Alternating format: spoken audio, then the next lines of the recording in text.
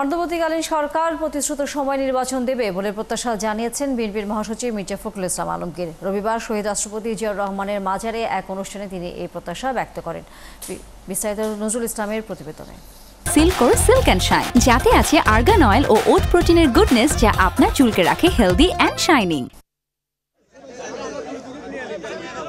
শহীদ রাষ্ট্রপতি জিয়াউর রহমানের মাজারে কৃষক দল ও আমরা বিএনপি পরিবারের যৌথ আয়োজনে বৃক্ষরোপণ কর্মসূচির আয়োজন করা হয়। এই আয়োজনে প্রধান অতিথি বিএনপির মহাসচিব মির্জা ফখরুল ইসলাম আলমগীর। কর্মসূচিতে অংশ নেন জুলাই অভ্যুত্থানের শহীদ পরিবারের সদস্য ও জুলাই যোদ্ধারা।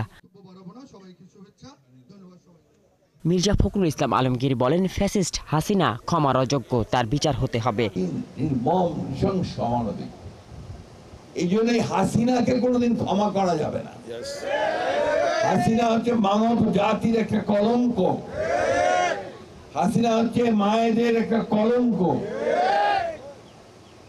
আমাদেরকে প্রথম কাজ হবে এদের বিচার করা। দ্বিতীয় কাজ হচ্ছে এই যে পরিবারগুলো, ওই যে মা যে তার ছেলেকে দেখে স্বপ্ন দেখেছিল যে তার দুঃখ দূর হবে, সেই পরিবারগুলোর পুনর্বাসনের ব্যবস্থা করা।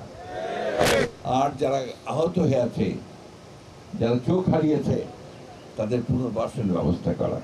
বিএনপি মহাসচিব প্রত্যাশা করেন প্রতিশ্রুতি সময়ে হবে জাতীয় নির্বাচন। আগামী দিনের যে নির্বাচন প্রতিশ্রুতিবদ্ধ হয়েছেন এই কেয়ারটেকার সরকার, যে 26 ফেব্রুয়ারির মাঝামাঝি সময় নির্বাচন হবে, সেই নির্বাচনের মধ্য দিয়ে আমরা জনগণের একটা সরকার তৈরি করতে পারবো, যে সরকার আমার এই শহীদদের তাদের মূল্যায়ন করবেন, তাদের মর্যাদা দেবেন, একই সঙ্গে যে জনগণের সংগ্রাম করেছেন বাংলাদেশে একটা গণতান্ত্রিক রাষ্ট্র প্রতিষ্ঠা করবার সব রকম ব্যবস্থা গ্রহণ করবেন। মির্জা ফখরুল জানান, উদার গণতান্ত্রিক ও বৈষম্যহীন রাষ্ট্র বিনির্মাণের পথে নেতৃত্ব দিচ্ছেন বিএনপির ভারপ্রাপ্ত চেয়ারম্যান তারেক রহমান।